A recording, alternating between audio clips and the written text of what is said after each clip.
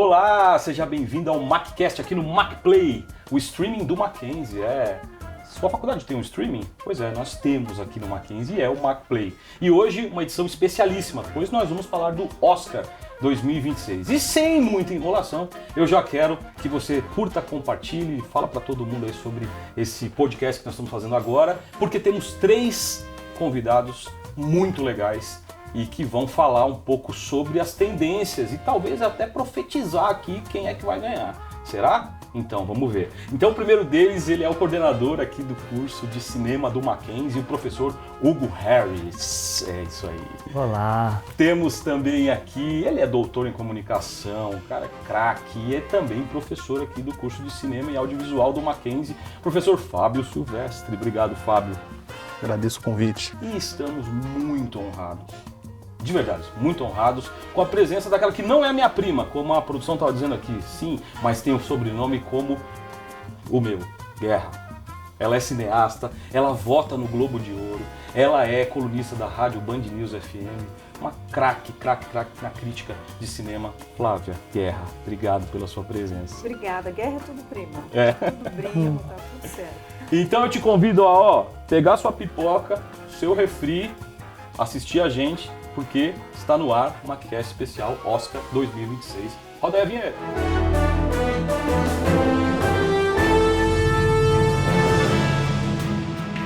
E aí, gente, vamos falar do Oscar 2026 que acontece daqui a pouquinho aqui, essa semana. Me fala um pouquinho de você, Fábio, como é que o cinema entrou na sua vida? O cinema entrou na minha vida quando, em 1991, eu sou obcecado com datas, minha irmã me levou ao cinema para assistir um filme chamado Robin Hood, no cinema. E quando eu assisti, eu lembro de estar vendo no cinema, eu já tinha assistido o filme antes em casa, mas no cinema mudou tudo, toda a experiência. E desde então, sempre que eu posso, eu assisto um filme no cinema, tela grande. Hoje tem possibilidade de assistir no celular, é bom às vezes, né? Tá numa viagem, mas no cinema tem toda a diferença. Tem uma experiência. Eu acho. Vou fazer a mesma pergunta pro Hugo. Hugo, você que é o nosso coordenador aqui do curso de cinema e audiovisual do Mackenzie, como é que entrou na tua vida aí? Comigo foi um pouquinho diferente do que o vivenciado pelo Fábio. Eu comecei numa tela menor. Tudo começou quando chegou o videocassete na minha casa. O videocassete com alguns filmes, eu comecei a assistir e comecei a ir em locadora para pegar outros filmes. Aos pouquinhos eu fui tomando gosto, e isso eu era pequeno, né? Eu devia ter meus 7, 8 anos. Assistia aos filmes e me interessava ou por um ator, uma atriz, um diretor, e daí falava assim, bom, eu vou ver outras coisas que essa pessoa fez. E aí ia aumentando o número de filmes que eu assistia, até o momento que eu falei, é isso que eu tenho que fazer da minha vida. Agora eu fico pensando quem está nos assistindo da geração Z, perguntando o que é locadora, né? Porque a locadora é um Netflix físico, né? O Netflix nasceu locadora, né? É verdade. Flávia, a gente se forma crítico, como é que você se tornou essa sumidade assim? Essa palavra, né? Mas como que você se tornou crítica de cinema e como que o cinema entrou na tua vida? Tem 2 caminhos, né? Eu acho que é como o cinema entra no caminho da nossa vida como apaixonado por cinema, e como o cinema entra depois profissionalmente, porque tem muita gente que ama cinema, mas não quer nem ver de longe um set, nem trabalhar. Estão certos, não estão errados, né? E tem os que querem trabalhar com isso que também estão certos, né? Acho que cada um com o jeito de lidar com o cinema. Mas eu acho que o cinema entrou na minha vida assim como, nossa, quero saber mais, igual o Hugo falou, quando eu comecei também. Não foi nem com videocassete, não, foi com a televisão mesmo. Eu lembro, engraçado que essa memória é muito afetiva e ao mesmo tempo eu acabei de reviver, porque eu voltei faz pouco tempo de Los Angeles, eu fui lá fazer algumas matérias e no Museu da Academia tem exposições itinerantes. Itinerantes não, as exposições vão mudando, elas deviam ser itinerantes e vir para o Brasil, por exemplo. E a atual é de Tubarão. Então é maravilhoso que você entra, você vê o protótipo do tubarão, os esquetes do desenho do bicho. Você pode tocar num tecladinho a trilha de John Williams. Você pode fazer o Dolly Zoom, porque tem um trilho para você brincar de Dolly Zoom. Então, para mim, aquilo foi um play... Nossa, é Disneylandia, que Disney, que nada. A minha Disney é aquilo ali. E eu me lembro que... Eu lembro que eu senti muito a potência do cinema nesse sentido quando eu vi Tubarão na televisão. E eu lembro que eu, sei lá, acho que eu tinha uns 10 anos e eu não dormi. A noite inteira, eu lembro, eu não dormi, eu não conseguia dormir. Assim, também não tinha idade, Tubarão é para mais velho, mas acabei vendo. E eu lembro, assim, que eu falei, meu Deus, como é que... Assim, do jeito de criança, aquilo tinha esse poder tão imenso. Eu não sei onde é que minha mãe e meu pai estavam, provavelmente, sei lá, dormindo. E eu fiquei vendo Tubarão. E aí foi muito legal ver agora isso, porque eu acho que como cinéfila começou assim, aí eu comecei a prestar atenção. E no trabalho, eu vou resumir também porque é longa, existia um programa na TV Manchete, saudades Manchete, que chamava Cinemania. E quem apresentava era o Wilson Cunha. Renata Boldrini, que é uma grande também jornalista de cinema, começou lá, entre outras. E o Wilson fazia o que hoje todo mundo, né, acha que pode fazer, e pode também, nas redes sociais, que era trazer bastidores de filmes, falar dos filmes, mostrar mais. Eu falei, cara, eu acho que isso é legal, eu quero fazer isso. Não é necessariamente fazer... Hoje em dia eu também faço documentário, já fiz, já trabalhei em ficções. Mas eu falei, cara, isso é tão legal trazer uma cultura além de só ver filme, mas você saber mais sobre o cinema, que aí eu falei, cara, eu quero fazer isso, sabe? Mas aí eu queria fazer isso sendo jornalista. Isso é que ano, mais ou menos, que você... Ah, sei lá, eu acho que eu tinha uns 13, 12, assim, desde muito cedo. Infelizmente, eu nunca quis ser outra coisa além de jornalista. Tinha um misticismo, né, assim, em quebrar essa quarta parede, né, de mostrar o bastidor. Acho que hoje virou um produto mostrar o bastidor, né? Mas naquela época, eu lembro que tinha essa coisa de você, às vezes, depois que veio o DVD, né, tinha lá os extras, você ficava realmente muito interessado em ver a magia, e tinha um certo misticismo, assim, né? Agora, vamos falar do Oscar 2026. A Flávia já começou a falar do Oscar quando ela contou a história do Tubarão, que está no eixo do Agente Secreto, né? É verdade. É verdade. Que é memória afetiva do Kleber, Exatamente. com certeza. Agora, o Oscar 2026. Vocês acham que o Oscar 2026 legitima um discurso que está meio conversado em todas as áreas aí? Ele vem legitimando esse discurso? Como é que vocês estão vendo aí as indicações? O que o Oscar está querendo falar com essas indicações todas? E aqui, gente, não precisa ser um falando de cada vez, não pode interromper, fiquem à vontade, tá? Eu gostei muito das indicações do Oscar desse ano. Geralmente a gente vê, né, as indicações, 10 filmes, 9 filmes, varia, né? E a gente tem uma parcela deles que a gente não gosta. Né? Esse ano tem um que não me agrada muito, que é o Fórmula 1, mas os outros... Porque eu adoro... Nossa... Eu me sinto meio... ofendido. Atacado. Não, as pessoas falam assim, você gostou do Fórmula 1? Nossa, como se fosse assim, tô comendo M&M. Né? Não, mas o meu problema com o Fórmula 1 foi ver no cinema até, né? Eu gosto desses filmes mais blockbuster e tal, e agitados. Né? É o diretor do Maverick, então vou assistir, né? Só que eu não gostei muito da forma como ele trata o comportamento do personagem do Brad Pitt, que num determinado momento começa meio que dar alguns jeitinhos, umas trapaceadas em algumas ações dentro do filme para conseguir fazer ou ele ganhar ou o colega dele ganhar, e o filme meio que normaliza isso. Isso me incomodou bastante. Não, e normaliza bem. Né? Então, e tecnicamente ele é muito bom, tanto que ele está indicado em categorias técnicas. Mas, tirando ele, que por esse motivo me desagradou, todos os outros 9 me agradam bastante. O que torna essa competição muito interessante. Temos os favoritos por causa de número de indicações, por causa de outras premiações. Temos artistas muito conhecidos, né, participando desses 9 filmes, mas me agrada muito os títulos colocados. E além disso, para só finalizar, E aproveitar a tua pergunta, alguns filmes muito politizados. Agente Secreto, Uma Batalha Após a Outra, o próprio Pecadores, né? Um filme com questões sociais e políticas muito importantes, né? E alguns filmes muito delicados. Bom, o Bugônia é outro, né? Que também tem questões políticas bem relevantes. E alguns muito delicados, muito poéticos, como Sonhos de Trem, como o próprio Valor Sentimental. Então temos aí um grupo de filmes muito legal e eu vou ficar muito satisfeito com diversos prêmios que podem vir por aí. Tá? Mas deixar os colegas falarem. Vamos relembrar aqui para quem está assistindo quais são as indicações de melhor filme. Bugônia, Fórmula 1, Frankenstein, Hamnet, Marty Supreme, Uma Batalha Após a Outra, O Agente Secreto, Valor Sentimental, Pecadores, Sonhos de Trem. Teve algum que te desagradou também, Fábio?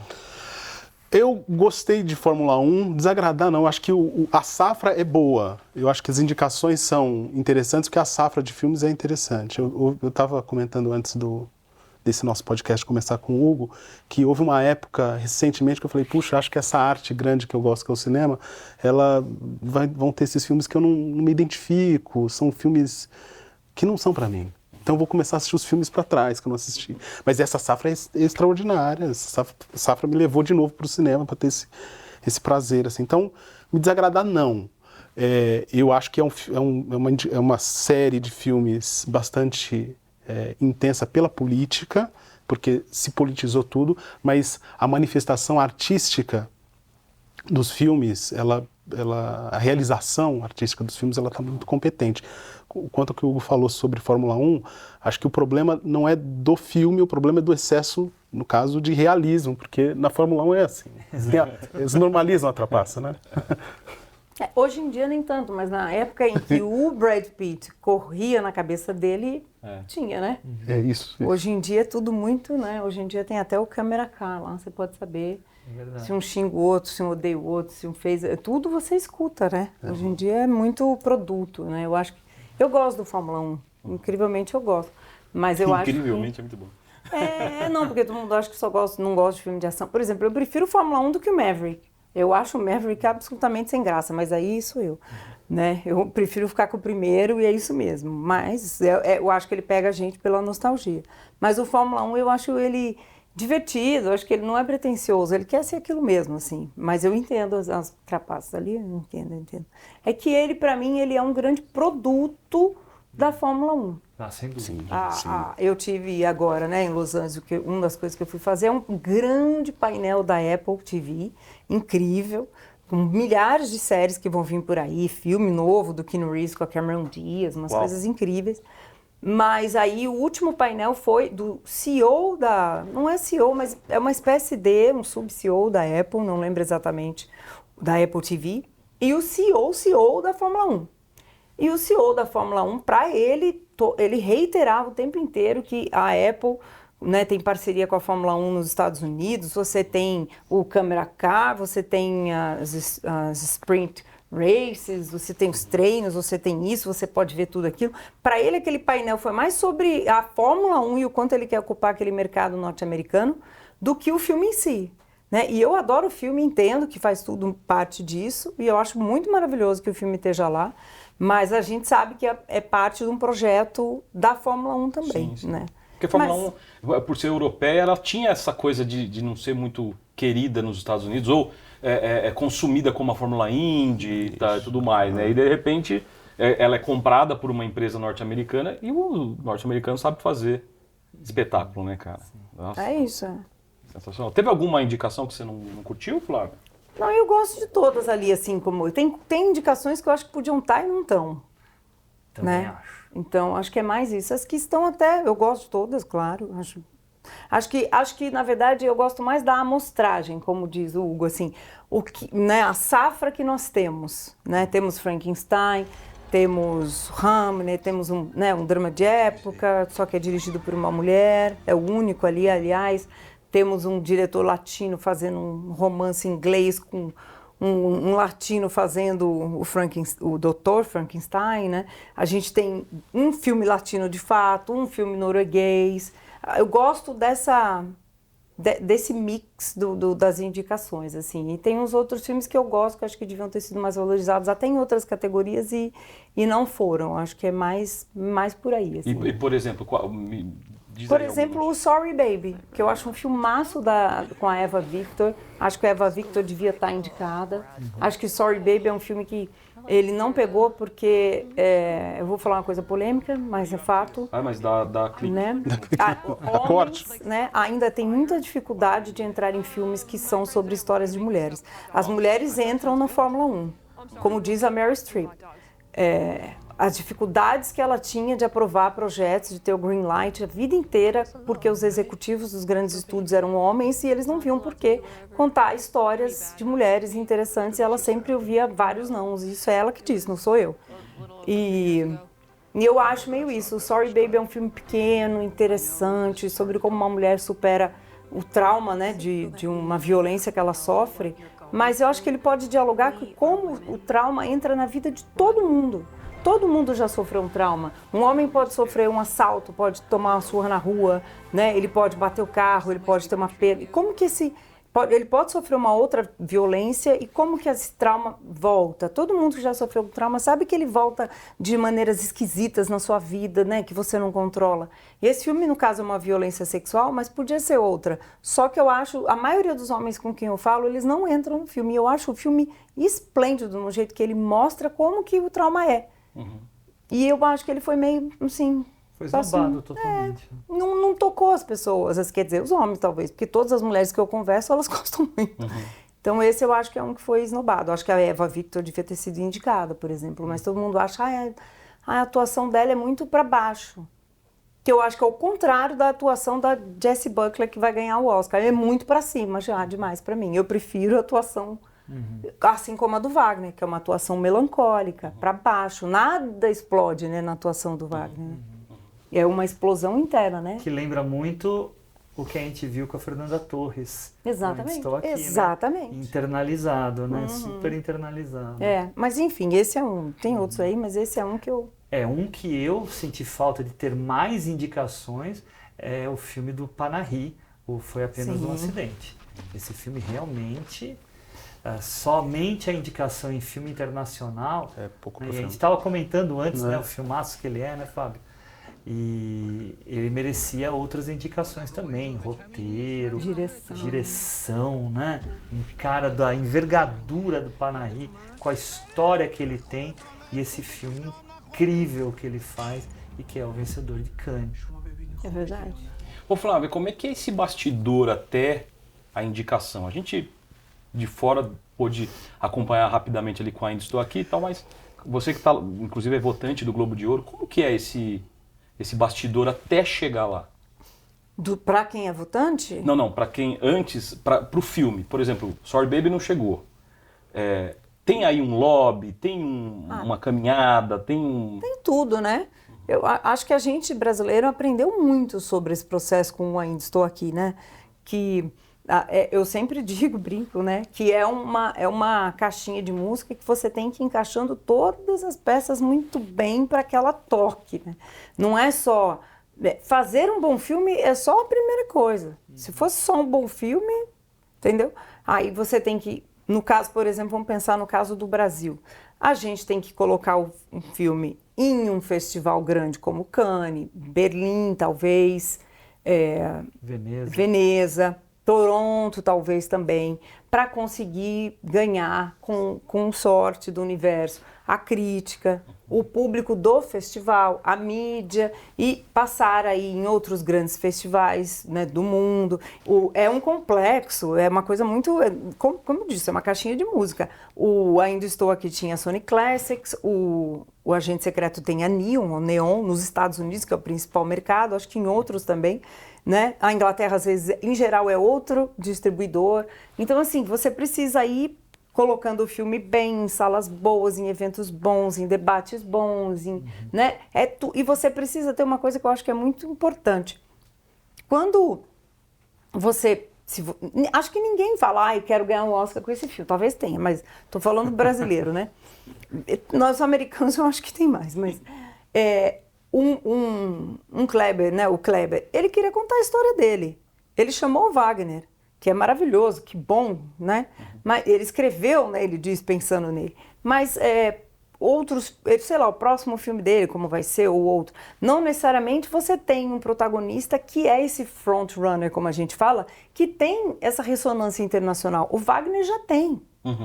Tem 12 anos de carreira em Hollywood, é um cara querido, ele sabe se colocar, ele é carismático, né? Ele fala bem, ele fez séries e filmes que foram bem nos últimos anos. Então tem que ter tudo isso. A Fernanda não tinha isso, mas a Fernanda é um fenômeno, né, de comunicação, de carisma, além do talento dela no filme. Mas não é só o talento, é trabalho duro, né? Como ela falou, cansei de fazer escova.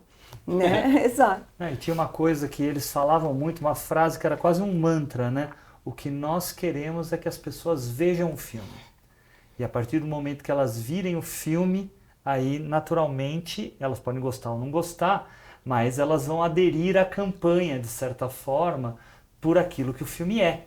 Agora, eles tinham que superar a resistência externa em ver um filme brasileiro, legendado, e etc.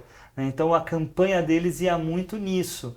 Queremos que as pessoas vejam o filme. Daí um monte de sessões, né, como você disse, né, um monte de eventos para que as pessoas tivessem contato com o filme.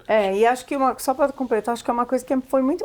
O Walter falou isso na coletiva de imprensa no dia seguinte do Oscar, fez questão de frisar, e eu acho muito importante, que não é evento de dar festa, coquetéis e brindes. E não é isso.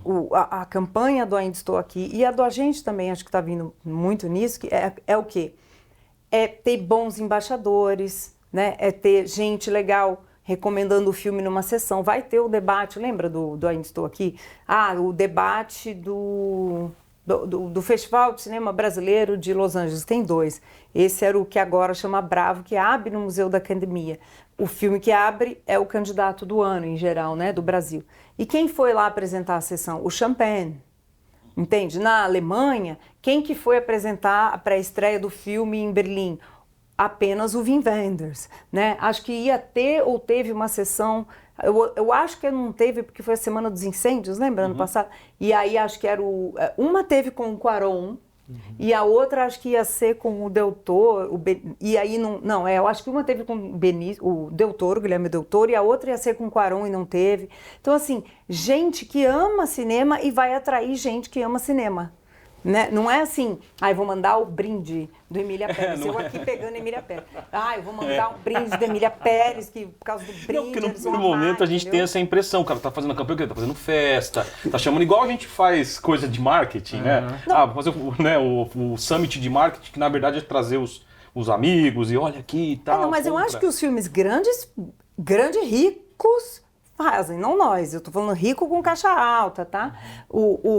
A gente que vota no Globo de Ouro, a gente não pode, né? Porque o Globo de Ouro mudou muito, isso dá outro programa inteiro. Mas o Globo de Ouro, depois daquela crise toda, mudou muito e não pode se aceitar o tal do jabá. Não tem jabá. O que no máximo a gente recebe? Um roteiro do livro, do filme, o livro do roteiro, um vinil com a trilha. É isso, pronto. Que já é um colecionável sensacional. Mas é isso, entendeu? Sim. Não é que assim, nossa, recebo cestas nababescas, né? Nossa, finais de semana na ilha. Na ilha. Adoraria, gente, mas mudou na sua vez. Na minha vez. Mas chama atenção a importância da crítica, né? Que é um momento em que as pessoas relativizam esse peso. E você disse que é preciso ganhar essa tração na crítica fora... E depois o filme ganha atração para que as pessoas discutam o filme. Né? E as pessoas, acho que aqui no Brasil a gente passou a diminuir isso, achar que a campanha tinha a ver exatamente com isso que o Osmar estava falando, né? Quer dizer, dinheiro para a gente fazer uma festa, para trazer as pessoas, e enfim. Não teve nenhuma festa do filme até agora, do Agente Secreto. A festinha foi aquela, você viu a festinha do Globo de Ouro quando eles ganharam? Sim, sim. Você vê nitidamente que é um cantinho do hotel. Sei lá, um cantinho do hotel, eu acho, que eles pegaram ali, fizeram a festinha do Brasil, alguém botou uma caixinha de som que tinha, comprou ali na padaria, umas coxinhas ali, que achou em Beverly Hills, entendeu? Não foi a festa da Madonna todo mundo que o Brasil organizou. Aliás, o consulado brasileiro não pode organizar a festa do Oscar. Isso é fato, não pode. Olha.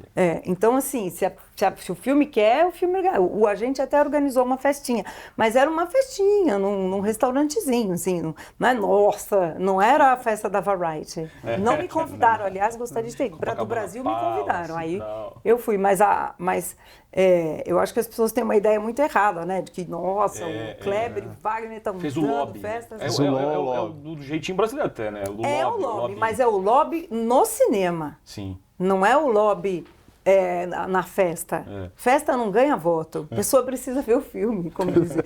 Pode até ver sem gostar, mas eu vou me alongar, mas isso eu acho interessante. Mas pode alongar, pelo amor de Deus. Para você votar, eu não voto, infelizmente, né? Ainda no Oscar, porque o Oscar você tem que estar no mercado e ser indicado, é todo um processo. Mas eu sei, eu tenho amigos que votam, você precisa provar que viu o filme. Não pode mais votar sem ter visto. Então, como é que você prova? Ou você dá play lá no streaming do Oscar, o Globo de Ouro tem também o streaming do Globo de Ouro, para quem vota, com 200 milhões de filmes, obrigada. Depois ele sai do ar, já saiu. O do Oscar eu acho que é igual, eu nunca vi o do Oscar. Mas o que acontece? Se você não assiste ali, e eles viram que você deu play ali, você tem que mandar uma informação dizendo filme assistido no Festival de Santa Bárbara no dia 8 de fevereiro, na sessão das 21 horas. Você tem que dizer onde você viu o filme. Porque não é para sair votando... Sem ter visto. Porque eu gosto da Emma Stone, então eu vou votar nela. Não, você tem que... Essa sessão tem que ter existido. Na teoria, a gente espera que as pessoas estejam honestas. Você não manda o recibo, mas você manda a informação. E eu acho isso muito legal. Agora, já emenda pra gente desde quando, o processo e como que foi você se tornar votante no Globo de Ouro? Como que é isso? O Globo de Ouro de novo. O Globo de Ouro, antigamente, ele era assim. Antigamente até, acho que 2022, 2023, né, na grande crise. Ele era dado pelos correspondentes estrangeiros que moravam em Hollywood ou em Nova York também. Estrangeiros, não americanos e canadenses. O prêmio dos americanos e canadenses é o Critics' Choice, que é o primeiro do ano. Tem um outro, acho que tem uns 6 brasileiros que votam no Critics' Choice, mas basicamente ele é isso. O Globo de Ouro não. O Globo de Ouro eram os latinos, os europeus, africanos, enfim, que moravam lá. Tinha que morar lá e fazer parte da associação. Então, era isso. Quando teve a crise toda, blá, blá, blá, eles mudaram todo esse quórum. Teve gente que eles convidaram a se retirar mediante um valor. Era como se a pessoa fosse sócia daquela associação e vendesse o título. E deixasse de fazer parte. Foi isso que aconteceu. E eles renovaram essa base. Com essa renovação da base de votantes, e que se ampliou também, eles abriram candidaturas para quem não mora em Hollywood, mas cobre a área, como eu. E aí passou um ano, eu não fui nesse primeiro ano, no segundo ano que eu vi que a coisa estava funcionando bacana, eu falei, agora eu vou submeter minha candidatura, aí você tem que mandar provas do seu trabalho, e tem milhões de papéis que você tem que assinar, de que você é idôneo, que você não tem nenhuma relação com nenhum filme que possivelmente pode estar indicado, mandar todo esse dossiê, eles avaliam e aí você é aprovado ou não. Sim. E tem um mandato? Todo ano recomeça, é um ano. Todo ano recomeça. Tem gente que é aceito num ano, no outro não é. E aí eles chamam outras pessoas. E aí tem, sei lá, a outra volta no outro ano. Aí a outra sai. Eles também têm essa política de mudar também, não ficar sempre os mesmos, entendeu? Então, pode mudar bastante também de um ano para o outro. E aí você é convidada para os festivais, aí começa um circuito ou não? Não. O Globo de Ouro não ajuda a gente a ser convidado para nada. Assim, ajuda. Ajuda no sentido assim, entre aspas. O Globo de Ouro ajuda a gente, por exemplo, vai ter uma sessão especial aqui para votantes do Globo de Ouro do Marty Supreme, por exemplo, que ia estrear só aqui em janeiro, e se eu não visse nessa sessão especial, e se ele não tivesse ainda na plataforma, eu não ia ter como votar nele, porque eu não vi. Aí isso a gente é convidado, entendeu? Pelo próprio Globo de Ouro, ou próprio Globo de Ouro não, a diretoria do Globo de Ouro está em diálogo com as produtoras e tal, e aí, né, para conversar. Agora, para conseguir entrevistas, credenciamento e tal, a gente não pode mencionar que vota no Globo de Ouro. Isso é cláusula. Não pode se usar o chamado tráfico de influência. Jamais eu posso virar para um assessor e falar, mas eu voto no Globo de Ouro, me dá essa entrevista. Não. Se eu fizer isso e isso for descoberto, eu perco, eu sou banida.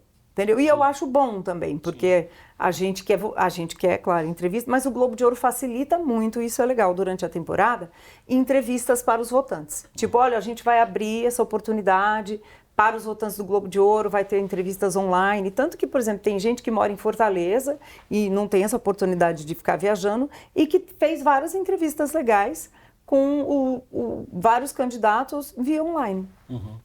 Agora, são quantos votantes, você sabe mais ou menos? O Globo de Ouro são...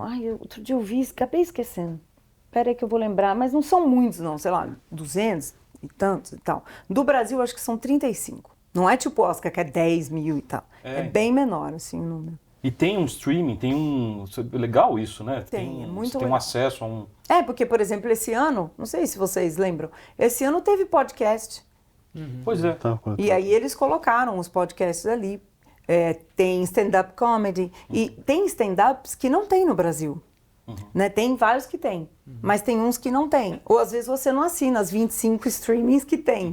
Então ajuda a nossa vida, né? Porque e eu acho isso muito bacana. Ou então é isso, por exemplo, um dos filmes que, cara, que triste que ele não entrou, que eu amo tanto, que é O Olhar Misterioso do Flamingo, um filme chileno lindíssimo, foi premiado no Festival de Cannes esse ano. Que filme lindo. Eu não vi em Cannes, não deu tempo.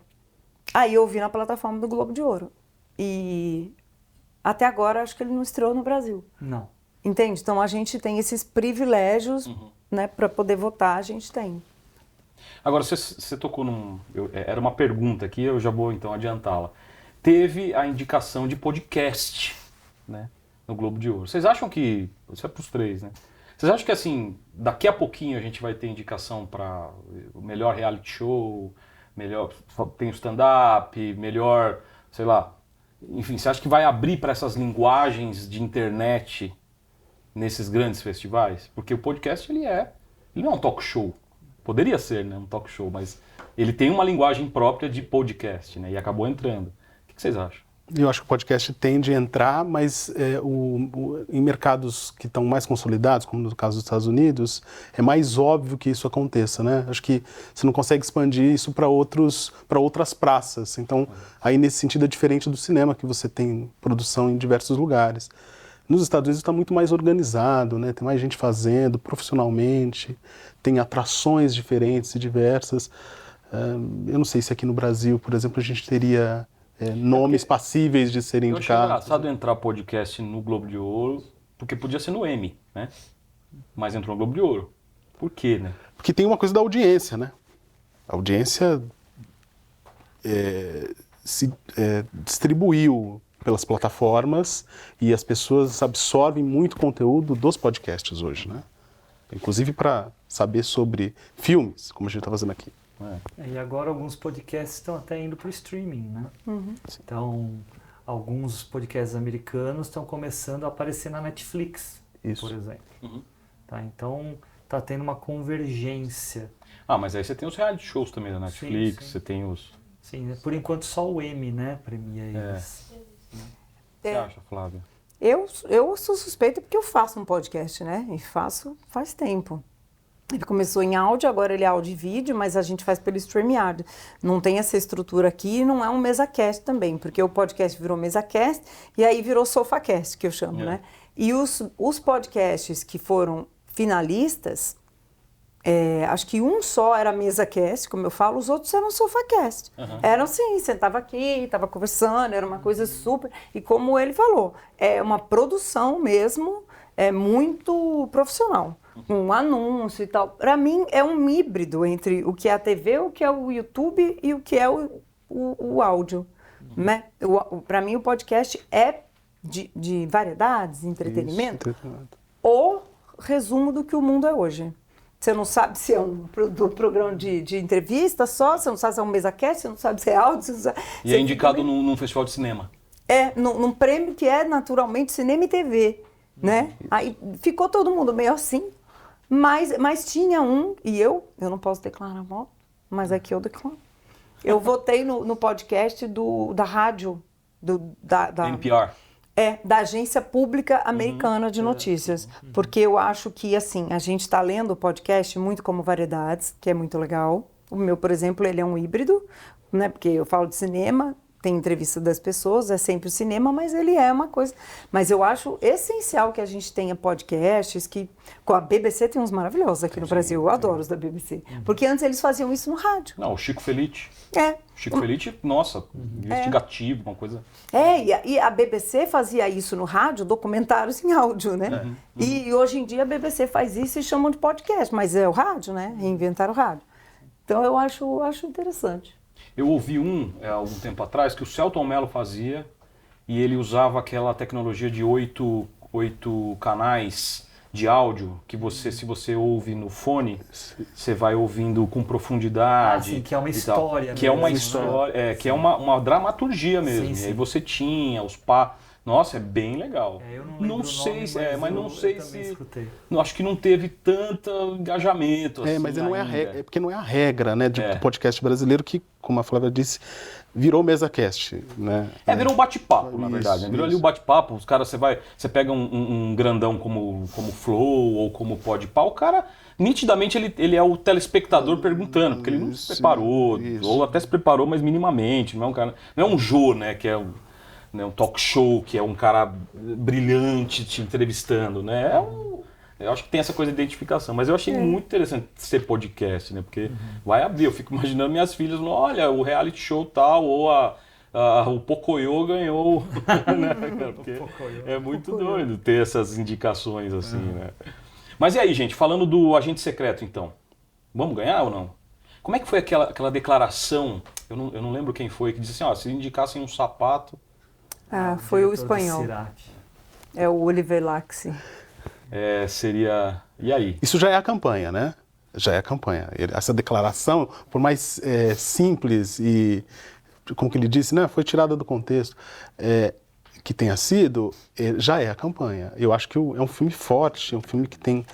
Foi um grande filme do ano passado. Recentemente, o editor da New Yorker, David Remnick, deu uma entrevista para a Folha de São Paulo. Ele disse que a maior realização cultural de 2025 foi o Agente Secreto. Então, é um filme que tem esse apelo, essa força, mas ele concorre com grandes filmes. E isso torna o desafio... São 4 indicações. Né? São 4 indicações, mas a concorrência não são 2 filmes que ele bate de frente, são 4, 5, 6 filmes que são excelentes filmes. A gente, como telespectador, fica com aquela impressão, assim, acho que indicaram em 4 para ganhar mais fraquinha, né, e tal. Será que tem isso? Não tem, não, porque o voto é individual.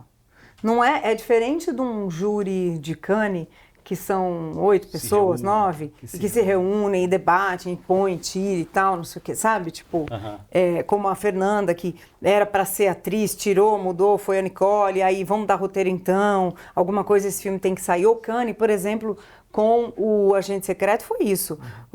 E eu até conversei com a Juliette Binoche, eu até brinquei, falei, Binoche, a gente só perdoa que você não deu a palma pra gente, porque você deu pro Jafar Panahi. A gente perdoa, aí ela brincou, não, você pode ficar com raiva. Eu falei, não, do Jafar a gente ama, ele merecia por quem ele é e tal.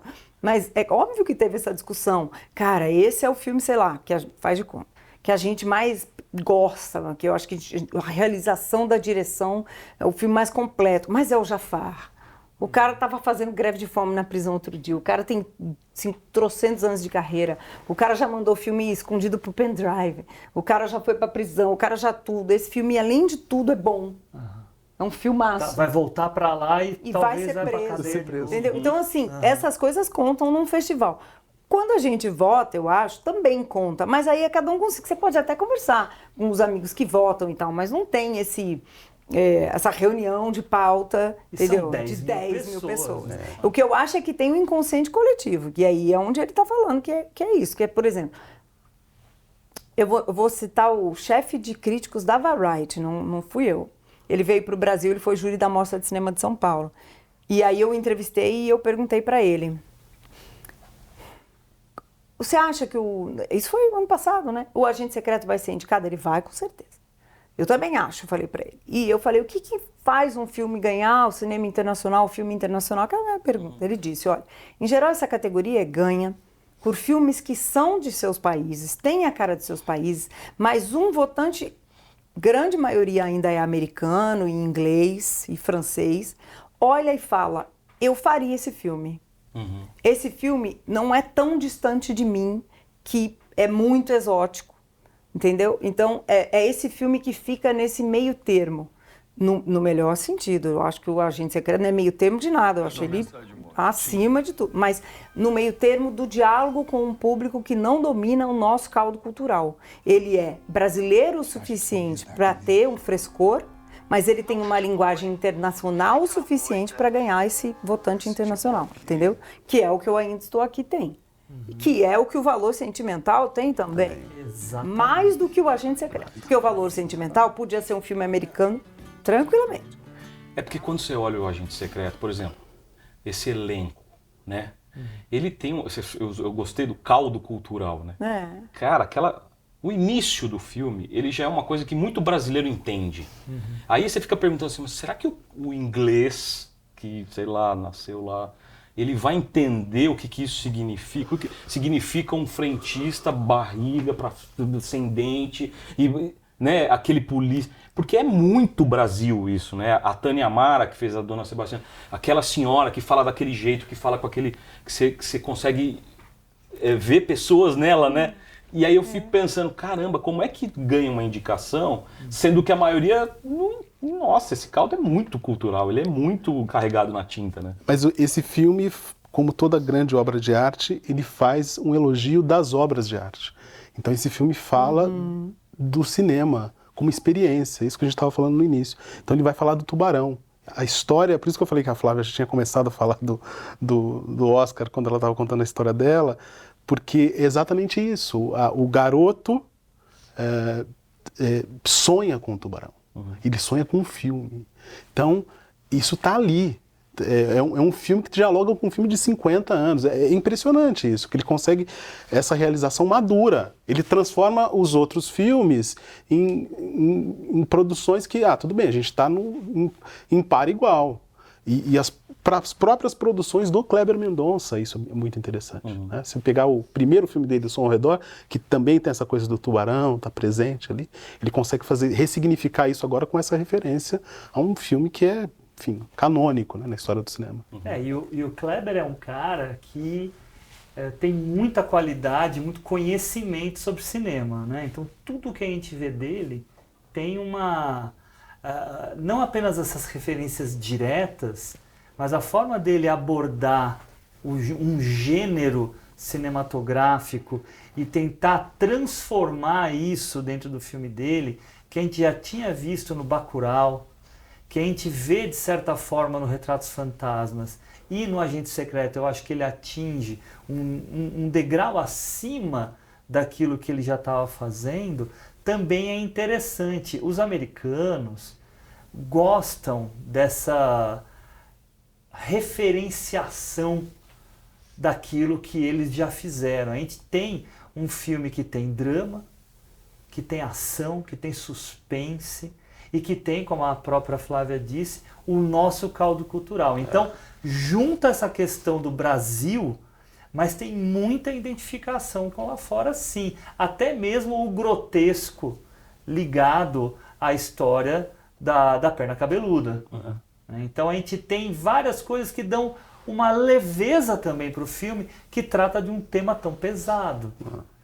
E isso pode agradar os votantes. Mas aí eu vou me dar o direito de colocar aqui o meu olhar sobre o que eu acho que vai acontecer. Eu vou torcer muito pelo Agente Secreto. Vou torcer muito. Porque eu acho que é uma obra de muita qualidade, que se não tivesse, não estaria torcendo. É de muita qualidade, é brasileira, tem figuras incríveis como o próprio Wagner Moura e o Kleber, que é alguém que eu respeito muito. Mas eu acho que não vai ganhar. Eu acho. Filme internacional, você diz? Eu acho que filme internacional é o que a gente tem mais chance. As outras categorias eu acredito que a gente não consegue ganhar. Acredito. Novamente, torcerei para ganhar. Mas filme internacional é o que eu acho que tem mais chance, apesar de ser uma categoria que tem pelo menos 3 filmes muito poderosos. Para mim, o frontrunner é o Valor Sentimental, não apenas pelo número de indicações, que também chama atenção, mas pelo estilo de filme que mescla, né, algo muito bergmaniano Isso aí. e também algo mais próximo do que os americanos estão identificados. Um filme político super importante como A Voz de Hind Rajab, de uma diretora tunisiana incrível, que só faz filmaço. E o Foi Apenas um Acidente, que é uma obra-prima que pode também ganhar. Vai ser um azarão, mas pode ganhar também. Eu só acho o Sirat um filme menor, na minha opinião. Então, Agente Secreto pode ganhar, dependendo das divisões de votação, mas eu acho muito difícil. Muito mais do que o ano passado. Se fosse apostar, ganha em qual categoria? Se eu tivesse que apostar entre as 4, a que tem mais chance é filme internacional. Você também, Flávia? Sim, claro. Eu acho que a gente tem chances sérias de ganhar, mas é isso, assim, eu acho que vai ser voto a voto, sabe aquelas apurações? Apurou as urnas daqui. Sim. Foi 25, faltam 5 urnas. Eu acho que é assim que vai ser. Mas é mais fácil, vocês acham, filme internacional do que, por exemplo, melhor elenco? Melhor elenco eu acho muito difícil. Muito difícil. Sabe por quê? Porque melhor elenco é uma categoria, pela primeira vez ela está sendo dada. Quantos anos, até o Gabriel Domingues, maravilhoso, que é o indicado, né, que é o diretor de elenco desse filme, ele estava falando que ele foi num evento, ele falou para mim numa entrevista, tá lá no meu Instagram, quem quiser olhar, e ele diz assim, que ele foi no pré-evento, quando os pré-indicados foram, né, anunciados, e eles se reuniram no jantar, almoço, cada um apresentou seu projeto, e aí cada um ainda estava tentando entender que prêmio é esse.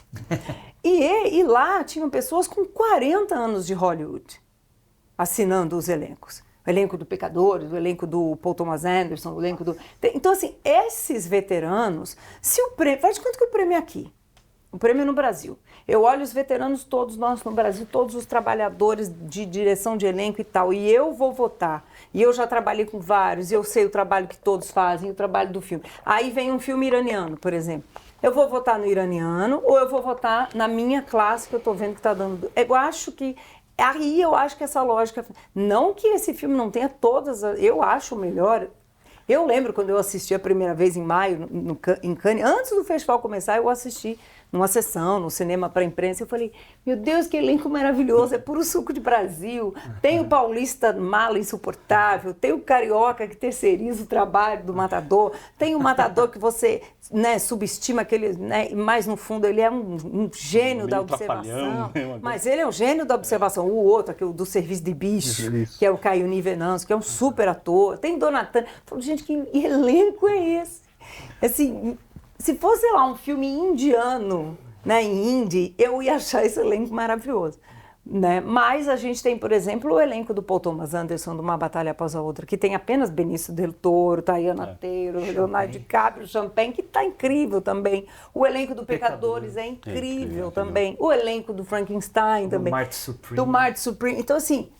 É difícil por uma questão de contexto cultural, não é por causa que o filme não merece. Mas começou bem, né, Flávia? 5 indicados, assim, de primeira linha, né? Não, e outra coisa, eu acho isso mesmo, não tô sendo poliana, eu tô dando uma de Fernanda Torres, né, que ela fala, só de ser indicada, eu acho também, só de ser indicada, a gente já entrou pra história, primeira vez que esse prêmio é dado, tem um filme brasileiro ali, falado em português do Brasil, olha que coisa linda, assim, que realização, eu acho que é prêmio de consolação, não. Eu tenho muita curiosidade de saber como é que foi a direção de atores, cara. Porque assim, a impressão que dá aqui, por exemplo, a dona Tânia Mara lá, eu tenho a impressão que falaram pra ela assim, olha, nós não vamos gravar agora, tá? E recebe aí o cara. Porque assim, é uma atuação, eu tenho parentes...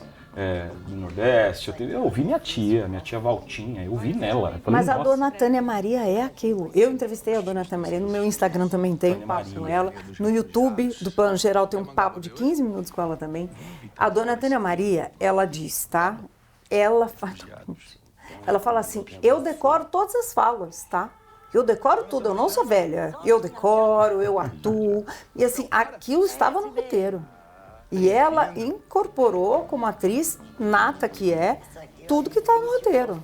Não ficou botando caco, não. Não foi improviso. Não. E ela acabou de ganhar alguns prêmios internacionais de atriz coadjuvante. Da APCA, que eu voto, a Associação Paulista de Crítico de Arte, a gente deu um prêmio de melhor revelação do ano para a Dona Fernanda. Entendeu? Porque ela é... Mas ela que falou, eu decorei o roteiro. E ela fala tão linda, porque ela decorou, é muito lindo, né? Eu amo Dona Tânia Maria. E eu acho que... Mas o Léo Laca, que é assistente de direção do Kleber e preparador do elenco, não é aquele preparo de elenco de outros preparadores, né? Daquele processo todo. É um processo que vai conversando, ele disse, que vai trazendo o que cada ator tem, o que o Kleber quer, aí o Kleber entra, entende? Tipo, é um processo, pelo que eu entendo, muito orgânico, assim, que cada um traz algo, mas está muito dentro do que o Kleber quer, entendeu? E eu acho isso, né, maravilhoso. A questão de entender mesmo, né, com quem que eu estou trabalhando e onde eu quero chegar, né? Então, cada processo tem a ver com essa filosofia, né? Por exemplo, o ator, eu sou suspeita porque ele ficou meu amigo, a gente ficou amigo, de verdade, assim. O Roberto Diógenes, que faz o delegado, ele é estupendo. E ele não é nada daquilo na vida real. Entre no Instagram do Roberto para você ver. É um cara querido, doce, queridíssimo. Assim, trabalha com teatro, faz um trabalho espetacular no Teatro Castro Alves, né, de Fortaleza, porque ele é cearense, de levar crianças para conhecer o teatro, para ter contato com a cultura. É quase um educador, Sim. E aí você olha aquele delegado, filho da mãe, né? Ele sumiu, né? O ator sumiu e o personagem... O personagem só o personagem. Você também apostaria em filme internacional? Não, eu apostaria... Eu não aposto, pensando importante. Não aposto para nada. Mas se eu fosse apostar, eu apostaria melhor ator. Se o Timothée, que é o garotinho da América atual, enfraquecer, né? De novo, eu acho que é você votar na prata da casa. Isso. Ou você votar em quem é o melhor. Né? Eu acho a atuação do Wagner mais interessante para mim, porque ela é contida e ela é uma coisa que eu acho difícil de fazer. Ela é melancólica. O Wagner não sobe o tom, você vê nas expressões, né? Você vê, mesmo quando ele está pé da vida ali, você vê que ele, né? É uma atuação de quem está mesmo vigiado, castrado, né? Amarrado ali. É tão difícil fazer isso, né? Tão difícil. Mas esse olhar da academia para o Timothée vai ser difícil de superar, né? Porque o Timothée era para ter ganhado antes, né? Ele já bateu na trave. Mas o ano passado era o Bob Dylan e quem ganhou foi o chato do Aidan Brody, que fez aquele discurso de 15 minutos. E jogou o chiclete. Não sobe musiquinha para aquele mala, entendeu? E jogou o chiclete para mim. Mas existe uma chance, eu estava conversando com algumas pessoas, que tem toda essa polêmica ligada ao diretor do Marty Supreme, né? E se de repente isso começar a pegar um pouco mais forte, pode respingar em alguns votos do Timothée. E nisso daí o Wagner cresce. Tá? Nós temos outras figuras interessantes indicadas para ator também. Não, sem dúvida. Não podemos descartar o DiCaprio. Não, nunca pode. Não podemos descartar até o Ethan Hawke, que é uma figura muito querida lá, né? Não, verdade. Mas eu acho que fica entre os dois. Eu ainda acho que o Timothée deve ganhar. Ele está muito bem no filme. Eu particularmente gosto do filme, mas claro que pode haver uma reviravolta aí e cair no colo do Wagner. Eu acho que ele podia esperar mais um pouquinho, porque o DiCaprio esperou bastante. Isso, não é justo. Não é justo. Igual a menina da Nora, né, que eu tenho ranço. Ranço que chama. O DiCaprio, Muita gente tem, né? Eu não gostava dele quando jovem, eu acho que ele envelheceu bem. Eu também acho. Não, ele é bonito. Não, envelheceu bem como ator mesmo, sabe? Cara, eu acho que a tenho partir antipatia. dos Infiltrados, Diamante de Sangue, o Lobo de Wall Street, Era pra ele ter ganhado deu o Lobo uma de Wall Street, subida né? Também acho. bem Eu também. exponencial. Melhor papel dele. Ele era pra ter ganhado no Lobo de Wall Street, o Pois é. Oscar. Aí foi ganhar naquele filme... É o melhor.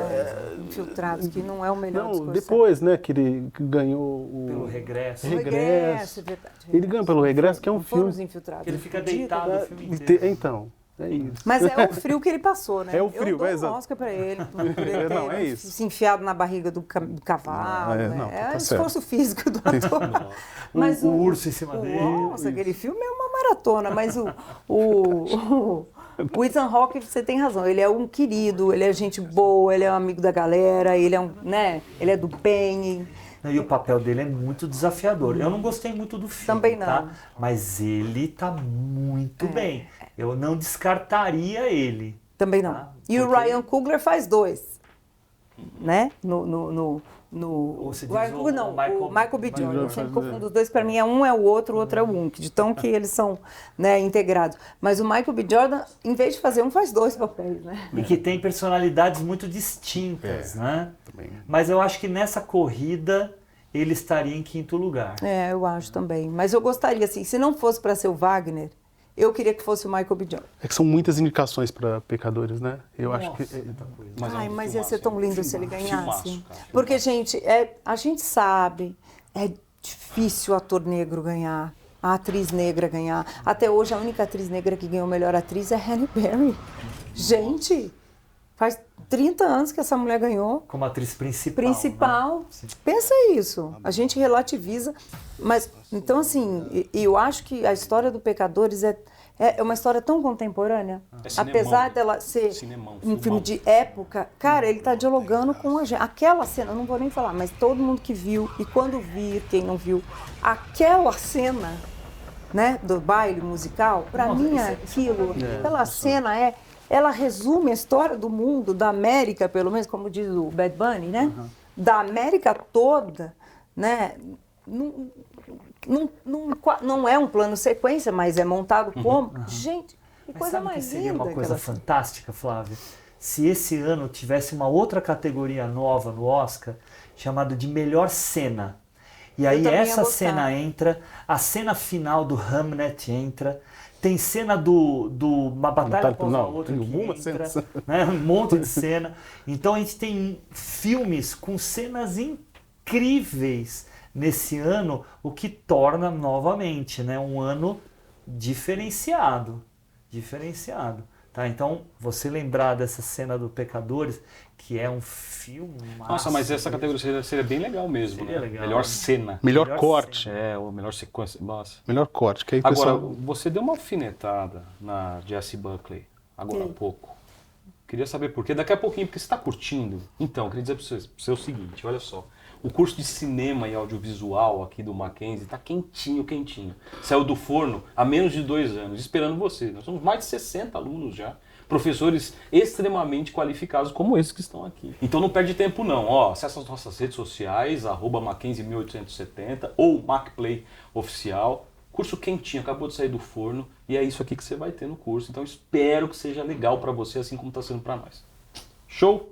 Mas e aí, Flávia Guerra? E essa alfinetadíssima que você deu aqui na Jessie Buckley? Eu adoro a Jessie Buckley. Ela é a atriz dos filmes do Charlie Kaufman, né? Quem gosta do Charlie Kaufman sabe que é a atriz dele, né? Ele faz um curta, porque abriu a Mostra de Cinema de São Paulo aqui. Ele veio e ela tá no curta. Eu adoro essa atriz. Eu acho que ela faz filmes lindos. O que eu acho é que o tom do Hamlet, que é um filme lindo, é sempre um tom demais. Tudo é demais. E esse tom, sei lá, tem gente que morreu de chorar, né? E eu acho um filme lindo, não estou tirando as qualidades, eu adoro a Colegial, porque depois que ela fez o Nomadland, que ganhou o Oscar, as pessoas esperavam, e aí ela fez o Eternos, né? Que também precisa pagar as contas, a gente precisa pagar a hipoteca da casa, não julgo ninguém, tá? Tem que fazer. Mas a gente não sabia para onde ela ia. Ela ia voltar para um tom, ela ia subir, o que ela fez? Aí ela trouxe esse drama de época lindo. Acho um filme super interessante, porque no livro o protagonista é o Will, no caso Will Shakespeare, né? E aqui ela traz o olhar da mulher, muito mais essa visão de quem fica do que de quem vai e tal. Só que eu acho que essa mulher é muito intensa. Mas isso aí sou eu. Não tem nada, não é um problema do filme, né? Talvez tenha um tom a mais. Eu aí, acho, então é aquele tipo de atuação que quem é ator, quem vota, isso é importante entender. Quem vota nas categorias antes de ser finalista são, eles chamam de branch, que é essa ala. O pessoal da categoria. Da categoria. Né? Então, quem vota em fotografia é fotógrafo, quem vota em direção é diretor. Né? Só o melhor filme que todo mundo vota, melhor filme internacional e os outros que tem pré-finalistas, todo mundo pode votar, mas tem que ver mais ou menos uns 30%, 40% dos filmes. Então, quem vota em ator é ator e atriz. Então, esse é o tipo de atuação que eu acho que muitos atores shakespearianos, americanos, Actors Studio, sei lá, valorizam, né? Menos do que a atuação minimalista. Eu acho a atuação do Timothée maximalista, o filme é maximalista, tudo é max ali. Então, é uma atuação que eu acho que é tudo demais, parece feita para ganhar prêmio. Então, ela me... mas é. Entendeu? É isso que me incomoda. E existe isso, atuação para ganhar prêmio, luz para ganhar prêmio. E o problema não é dela. O problema é o tom do filme, o problema é a direção e o que ela trouxe, eu acho. Né? É isso que queria-se dela. A personagem tensa, né? Não é uma personagem mais introspectiva. Eu fiquei feliz, vou falar uma maldade agora, perdoa o universo, mas a personagem, por exemplo, da Jennifer Lawrence no Morra, Amor. Morra, Amor, que bom que morreu a candidatura. Eu disse. É porque é isso, é um negócio histérico. O tempo inteiro que você fala, não é possível essa Eu achei que ela foi representação. muito mal escalada pro filme. Não, mas eu não vou ficar falando mal do filme, que nem tá aqui. Mas assim, pra mim, assim como o Testamento de Anne Lee, que é outra também, com uma coisa que acaba o filme e você fala, morri, acabou. E não é pela tragédia em si, porque eu adoro drama e tragédia, é pelo tom. Então eu acho que o tom da Jessie Buckley, então, pra mim, isso é muito pessoal, tá um pouquinho acima, mas ela vai ser festejadíssima. Mas e o que você achou da Rose Byrne? Eu adoro a Rose Byrne, porque ela também é um tom acima, só que aquele filme tem humor. É um humor do absurdo, é um humor do desespero, né? Mas você meio rido de desespero junto com ela, né? Não, e é muito interessante, né, o fato de nem mostrarem a menina ao longo do filme, é só voltado nela, né? Mas eu gostei muito mais da interpretação da Rose Byrne, da personagem, do que da Jessie Buckley. Eu também. Tem uma peça chamada Hamlet que o príncipe fala para os atores, uma hora que eles têm que encenar a morte do pai. Olha, você tem que fazer essa cena, mas não pode ser muito exagerado. Ele fala exatamente, não pode ser muito exagerado. Se for muito exagerado, as pessoas vão se espantar. A atuação tem que ser comedida. Isso está lá na peça, né? Que legal isso, né?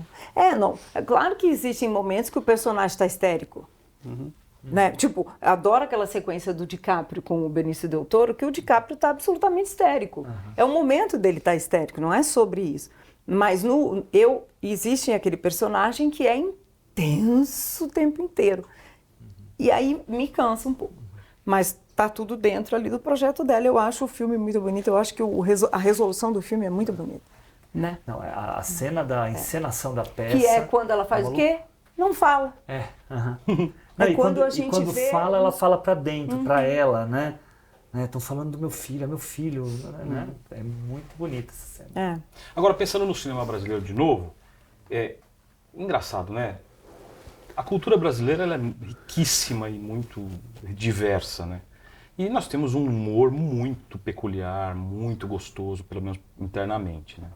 Será que a gente vai deixar em algum momento de fazer filmes políticos e mais de suco cultural e conseguir emplacar alguma coisa que seja diferente disso?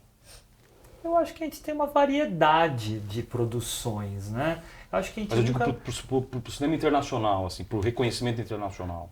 É tão difícil prever isso, Osmar, porque sempre pode surgir algo de diferente. A gente teve 2 filmes agora que são filmes mais politizados, mas sempre pensar no próprio Agente Secreto tem alguns momentos de muito humor. Né? Até eu falei da parte da perna cabeluda, tudo, que tem toda uma crítica política, mas ela é bem-humorada por causa do grotesco, né? Então, existe uma forma de fazer humor que é até uma certa ironia que é trazida por meio do filme. Mas eu não acho que existe uma fórmula para a gente atingir o público do exterior, tá? Eu não acredito, mas, enfim, acho difícil isso acontecer. Tá? O cinema argentino que ganhou Oscar antes da gente Segredo dos Seus Olhos. é um filme político, né? É um filme político. 1985, que ganhou chamou atenção internacionalmente também, é um filme político. Ganhou o Globo de Ouro. Globo de Ouro. né? Mas o Filho da Noiva Filho da Noiva. não é político, Não é político. exatamente, mas eu acho que talvez fosse esse tipo de filme, que é um filme de família, de relacionamento. Novamente, presta atenção, é um filme que um gringo vê e fala, é argentino, mas eu poderia fazer. Né? Ou vai total pro exótico, ou vai pro... E isso é uma discussão longa, Tanto que viu? eles fizeram, né, Flávia? E ficou bem ruim. É claro, né? Eu sou contra refilmaram remakes, eu já falei fizeram remakes. remake do Segredo dos Seus Nossa Olhos. Senhora. Não deveria ter acontecido. Não, equívoco, né? Um grande equívoco. Mas você vê, por exemplo, Parasita. Parasita é um filme que tem todo o caldo cultural coreano, mas é um filme que ele passeia pelos gêneros que os americanos, né, dominaram. Os coreanos são maravilhosos, porque eles pegam o código, dominam e fazem a cozinha local deles com o jeito internacional. E é sensacional. Mas o filme fala com a grande arte também. O Parasita, que foi escolhido pelo New York Times como o melhor filme do século XXI. Você imagina? O maior jornal do mundo, dos Estados Unidos, escolheu um filme sul-coreano em primeiro lugar. Né? Esse filme dialoga com a grande arte cinematográfica. Ele cita nominalmente, mostra lá a foto do Hitchcock. Então, ele faz essa homenagem, né? Não, mas ele traz o suspense, ele traz a questão da injustiça social sem fazer discurso. Exatamente, né? Que é crescente na Coreia do Sul. Ele consegue passar da comédia para o drama, do drama para a tragédia, né? Assim, é uma montanha russa, assim, que eu acho que o Bong Joon-ho nunca mais vai fazer algo tão bom e tá tudo bem também. Entendeu? Se ele quiser se aposentar hoje, para mim tá ótimo. Pra ele deve estar ótimo. Eu gostei do Mix 17, eu sou das raras que gostou. Eu gostei também. Gostou, que bom, tamo junto. Mas eu acho que o que ele fez com Parasita, ele podia... E ele deve estar bem já para aposentar mesmo, né? Assim, acho que questão não, financeira. viu? Ele já tem... bom, financeiramente... Financeiramente sim, Mas ele é jovem, tem 50 mas eu digo financeiramente, se ele quiser aposentar. Mas ele tem Fica a aquele outro dica, né? filmaço, né? O Memórias de um Assassino, que é um filmaço. Eu acho, Osmar, para fazer esses filmes diferentes, o Brasil tem que fazer mais filmes. Também acho. Então, se ele fizer mais filmes, a gente vai ter essa diversidade, assim, em termos de produção. Aí a gente vai ter E não a gente está com filmes bons, viu? Berlim, esse ano, teve muitos filmes brasileiros legais e um diapasão interessante. É isso. Eu acho que a gente tem que pensar, mas isso é que lindo esse momento que a gente está. Que não é o Brasil no Oscar só.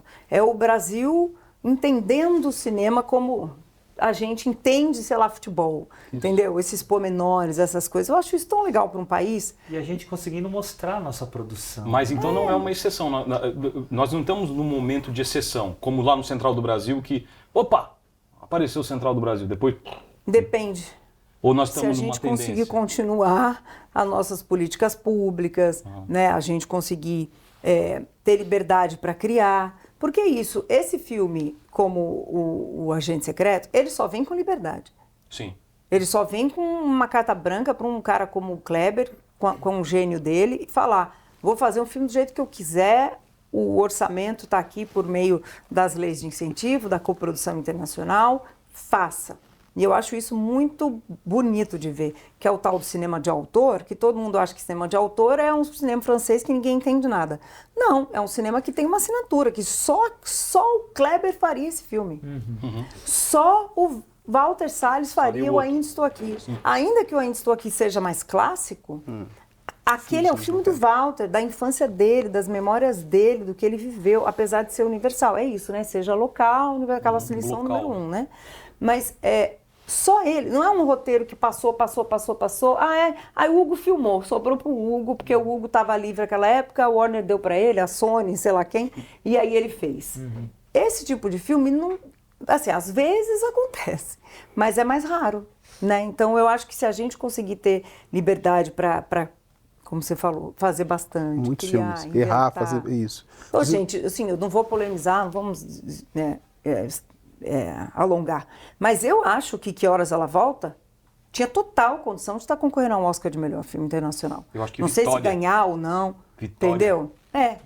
Ou, por exemplo, o Marte 1.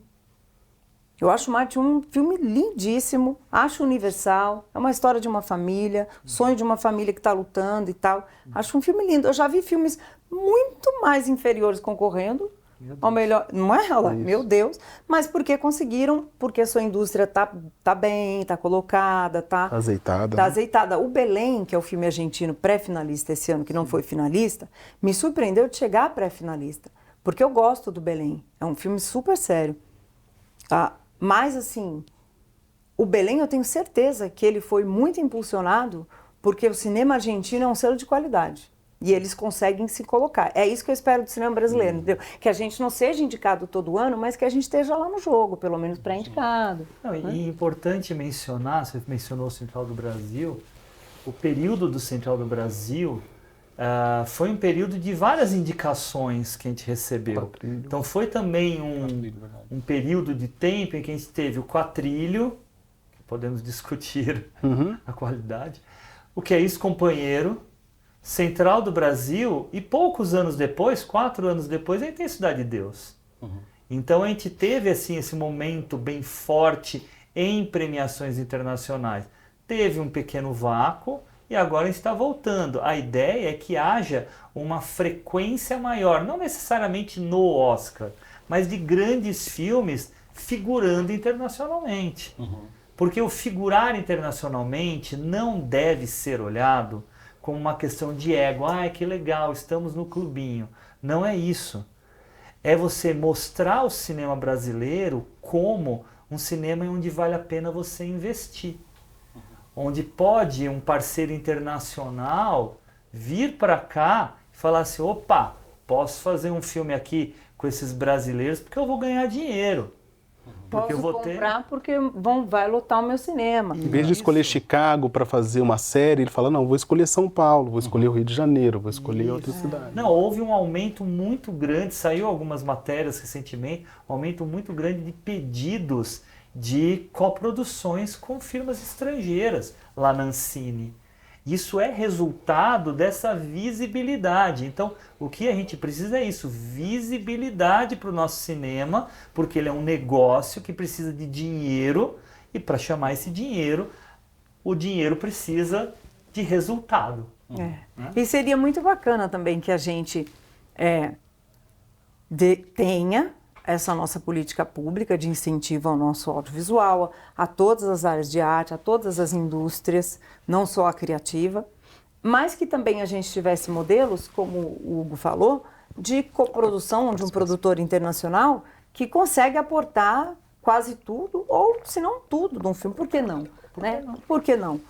Vários modelos, né? A gente tem raríssimos casos de filmes feitos sem incentivo. Ou são orçamentos zero, quase mínimos, que a pessoa banca o seu projeto, em geral são documentários, né? Ou são orçamentos de pessoas que conseguiram articular as coproduções, como Ainda Estou Aqui, por exemplo. Tem outros, eu acho que o Alemão tinha produção, o Alemão que é produção do Rodrigo Teixeira também.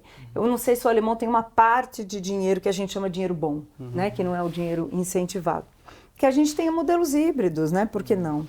Como a gente tem, sei lá, projetos musicais, né? E o sucesso que tanto Ainda Estou Aqui quanto Agente Secreto estão fazendo, a gente fez, ou Ainda Estou Aqui fez, e o Agente está fazendo nas bilheterias, é mais um sinal de que vale a pena investir no nosso cinema. Sim. Olha só, mais de 1 hora de papo já. Lindo, maravilhoso, mas eu quero terminar fazendo uma trend para o TikTok, olha aí. Agora que vem o perigo. Pois é, nós vamos fazer aquela trend que todo mundo conhece do este ou aquele. Só que aqui, como nós estamos em 3 especialistas, eu quero fazer com vocês um combinado. eu vou falar esse diretor ou esse diretor. E aí eu vou falar 1, 2, 3 e pá! Aí vocês falam ao mesmo tempo. Aí o maior votado a gente vai pro próximo. Pode ser? Pode ser. Aí Pode a ser? gente se estapeia. Pode ser, Léo. Acho que na geral fica legal. Olha só, vamos lá. Posso começar? Posso? Então vamos lá, gente. Martin Scorsese ou Francis Ford Coppola? 1, 2, 3 e... Scorsese. Martin Scorsese. Todo mundo? É.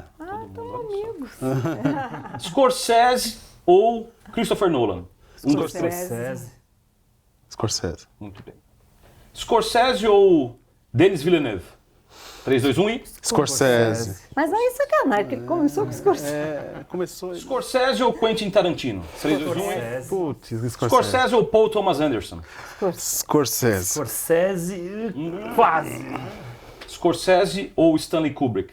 Stanley Kubrick. Kubrick. Scorsese. Kubrick. Kubrick ou Hitchcock? Hitchcock, o gênio Kubrick. supremo. Kubrick ou Ingmar Bergman? Kubrick. Ingmar Bergman. Eu sou mais o Berg. Kubrick ou Fellini? Feliz. Fellini. Kubrick. Fellini. Fellini ou Godard? Fellini. Fellini.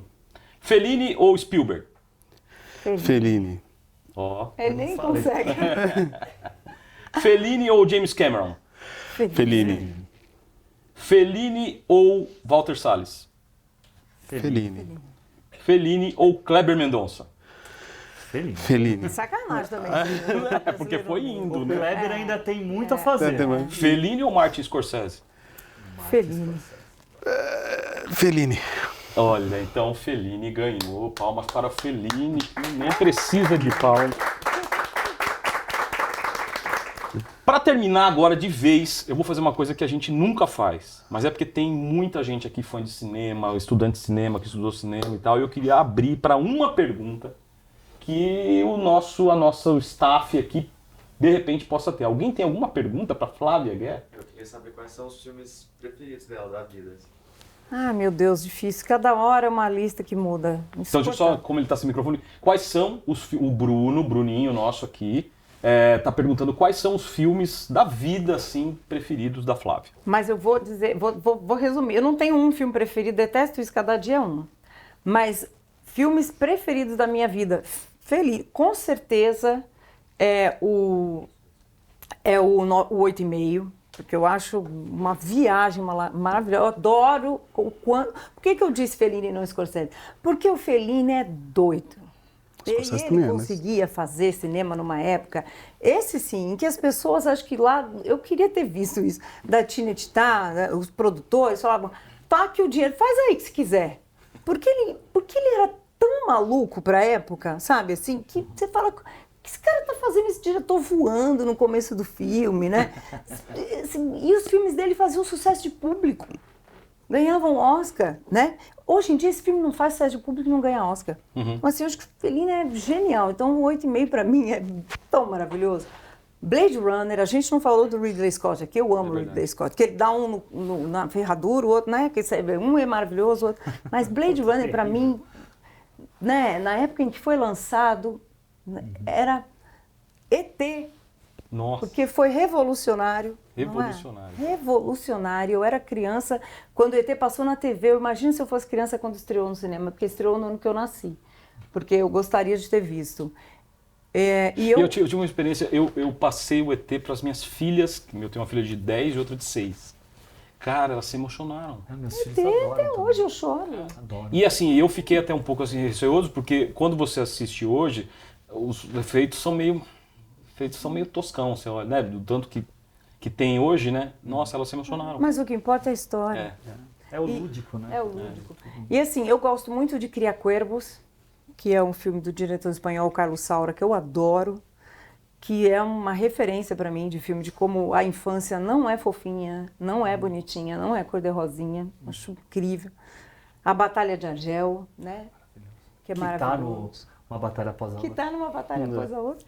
E eu acho os filmes da Varda, todos da Agnès Varda, eu acho que, pô, As Praias de Agnès, eu acho... Das 5 a 7.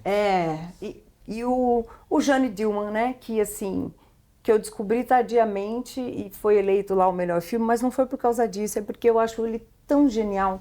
Como uma mulher consegue dizer tanto num filme que não sai daquela casa quase. Eu acho genial. E não é teatro filmado. Eu estava falando esses dias desse filme para os meus alunos, falando para eles assim, ó, 4 horas de filme e você vai sendo massacrado por aquela rotina, mas isso é proposital para que você perceba o que essa mulher está vivendo e aí todas as reviravoltas que acontecem, que não vou dar spoiler, lá para o final, né, no último trecho. É um filme realmente muito diferente. Ela mesma, né, chamava de um anticinema, né? E realmente as pessoas precisam conhecer, né? Eu acho. E assim, Filmaço. aí vou terminar, não vou ficar citando muito. Pichote, para mim, foi acachapante. Toda vez que eu assisto, eu quero morrer. Tá tendo mostra... Nossa, e a história depois, pós, né? É uma história Pichote trágica. é uma obra-prima. Assim, para citar brasileiros, né? O Babenco era brasileiro, argentino, né? Sim. E A Hora da Estrela, eu acho uma obra-prima da Suzana.